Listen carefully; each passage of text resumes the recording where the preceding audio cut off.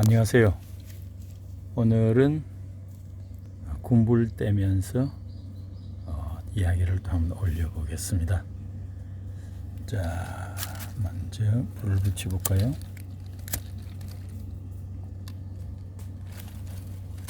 한 손으로 하려니까 좀 그러네요.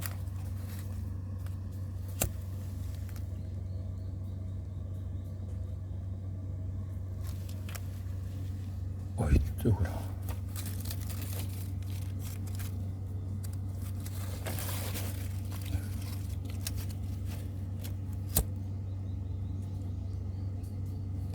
먼저 불쏘시개 종이에 불을 붙이고 그 다음에 쉽게 타는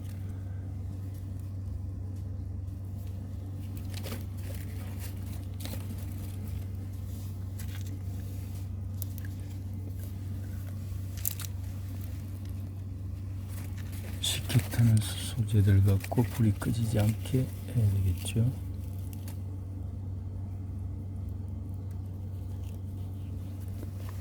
야, 나뭇잎 모아놓은 걸 한바탕 펴볼까요? 밑에 아궁이는 불이 붙었네요. 나뭇잎을 한 움큼쯤에는 불이 이제 쉽게 붙을 겁니다.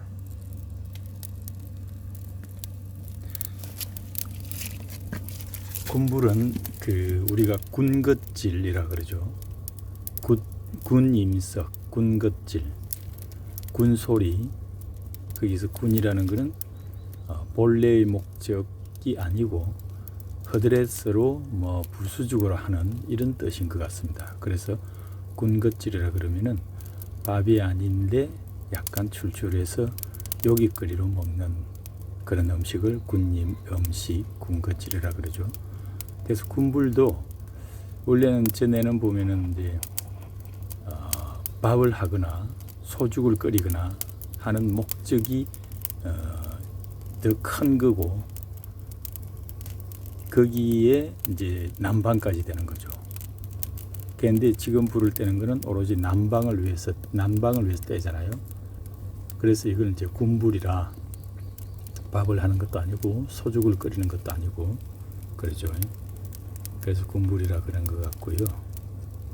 군불을 떼는 요령은 먼저 화력이 좋은 잔가지들을 먼저 해갖고는 불을 확 지피서 아궁이를 좀 데우는 게 먼저 순서이고요.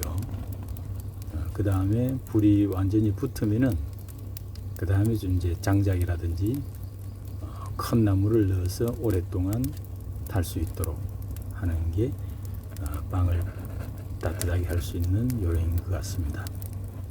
어저께 예보에도 없는 비가 좀 왔거든요. 그래서 특히 한옥이나 흙집은 눅눅해질 수 있기 때문에 여름이라도 비가 오고 그러면은 이렇게 군불을 떼줍니다. 군불을 떼고 있으면은 여러 가지 생각이 나죠. 사람이 불을 보면은 뭔가 상념들이 솟아나지 않습니까? 그래서 오늘은 불을 보면서 꿈에 대해서 이야기를 한번 해볼까 합니다. 꿈이라는 게 참 정의하기가 쉽지 않습니다. 목표라는 것도 있고 소망, 소원, 꿈 이런 것들이 있는데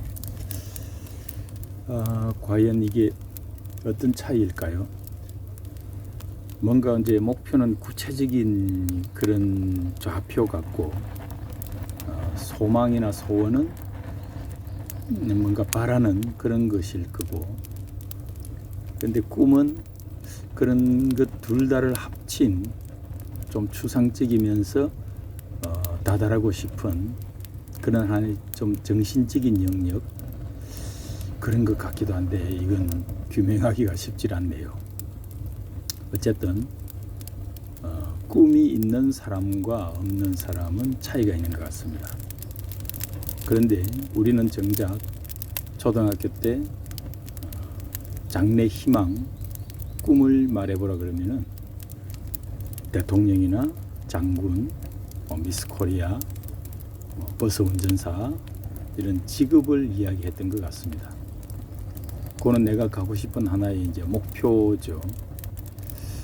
그래서 이제 그러고 보면은 그 이후에 학교를 졸업하고 나면은 먹고 살기가 바빠서 열심히 뛰었죠. 그래서 사실은 대부분의 사람들이 꿈이 없는 겁니다.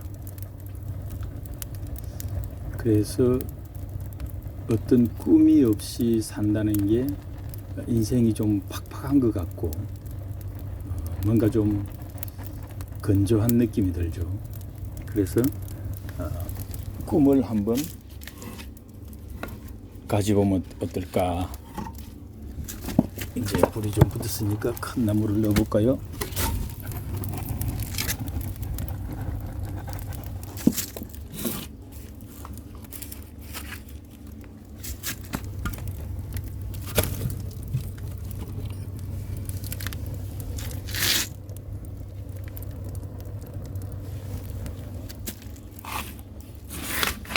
밑에 아궁이에도 큰 나무를 내야겠죠.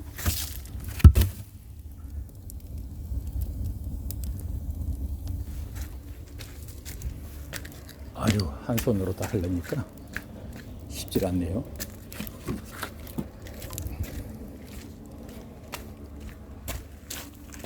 이 나무들은 폐목입니다.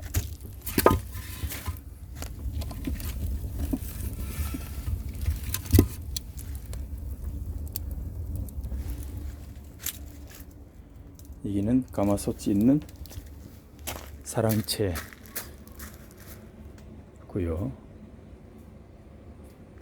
여기는 본체의 안방 아궁입니다.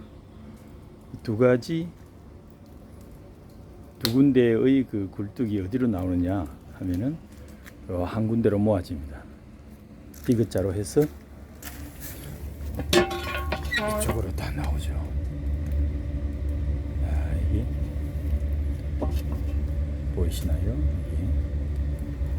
이쪽에도 굴뚝이 있고 여기도 굴뚝이 있죠. 가운데 지금 뭐냐고요? 연기가 올라가면서 결로가 되어서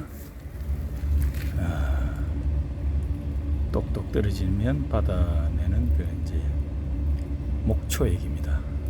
저 목초액은 정제되지 않은 거기 때문에 바로 농업용이나 이렇게 사용을 하면 안 되겠습니다. 저 목초액은 퍼서 담장이나 저런 데는 지네나 뱀이 올 수 있거든요. 그래서 담장에 뿌리면은 그런 것들의 기피제로 사용할 수 있을 뿐이지 저걸 갖고 식물에 준다거나 그러면은 안 되겠습니다. 그래서 다시 이야기를 해볼까요? 바짝 마른 나무니까 쉽게 잘 붙었죠. 그래서 우리는 대부분 꿈이 없이 살아왔는데 일생을 꿈이 없이 살아간다는 게 좀 서글프지 않습니까? 그래서 언젠가부터 꿈을 하나 설정하는 게 어쩔까 합니다. 그 시점이 시골로 내려와서 새로운 삶을 시작할 때 그 꿈을 가지고 시작하면 어쩔까 하거든요. 왜냐 그러면은 꿈이 있는 사람과 꿈이 없는 사람은 처음에는 차이가 없어 보이지만은 시간이 거듭할수록 세월이 흐를수록 차이는 극명하게 나타납니다. 왜냐하면 꿈이 있으면은 그걸 달성하기 위해서 하나의 목표가 설정이 되고 그러면 그 목표가 설정이 되면은 아무래도 평소에 관심을 가지고 정보도 파악하고 자료도 축적하게 되거든요.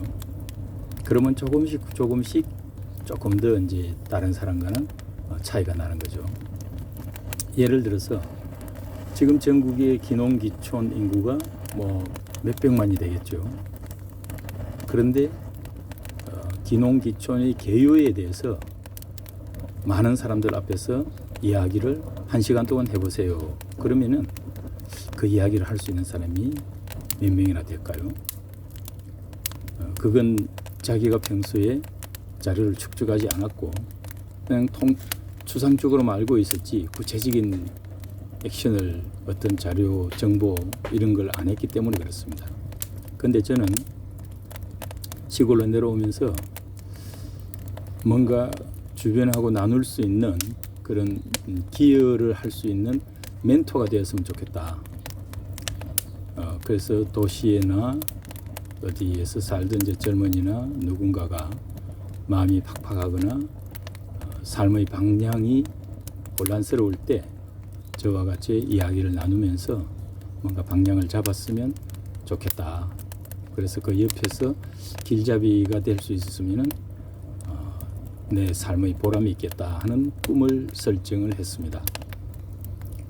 근데 제가 뭐 다르게 특별히 할 수 있는 게 없어서 시골에 들어와서 정착하면서 느꼈던 여러 가지들을 메모를 했고 자료를 축적을 했고 그걸 책으로 펴냈고 기농기촌 알아야 할 88가지라는 책으로 펴냈죠. 그러다 보니까 자연스럽게 이제 멘토가 되었고 강의도 하게 되었습니다. 그래서 지금은 기농기촌 전도사 뭐 이런 자칭 이제 타이틀을 설정하고 있는데요. 저는 그런 어떤 꿈을 가지다 보니까 이렇게까지 이제 오게 된 거죠. 그러니까 그 몇백만의 사람 중에서 아마 기농기촌 개요에 대해서 말할 수 있는 사람은 아마 제 생각엔 뭐 10명도 안 될 겁니다. 그 제가 생각했는데 그 차이는 꿈을 가졌느냐 가지지 않았느냐에 따라서 지금 한 10년쯤 되니까 차이가 확 난다는 거죠. 그래서 시골에 와서 취미교실에 가든지 아니면 뭐 주변 마을을 둘러보든지 그렇게 할 때도 꿈을 설정하고 다니면서 보는 사람과 그냥 별 생각 없이 다니는 사람은 세월이 지나가면서 많은 차이가 난다 하는 것을 느낄 수가 있습니다. 그리고 꿈이 있으면은 뭔가 하나하나 성취하는 재미도 있고 사는 보람이 있기 때문에 행복도도 다른 사람에 비해서 훨씬 높을 것 같습니다. 그래서 저는 기농기촌을 생각하시는 분들에게 첫 번째 단계로서 꿈을 설정해 보시는 게 어떤가 하는 걸 추천드리고 싶습니다. 자, 오늘도 행복한 하루 보내십시오. 고맙습니다.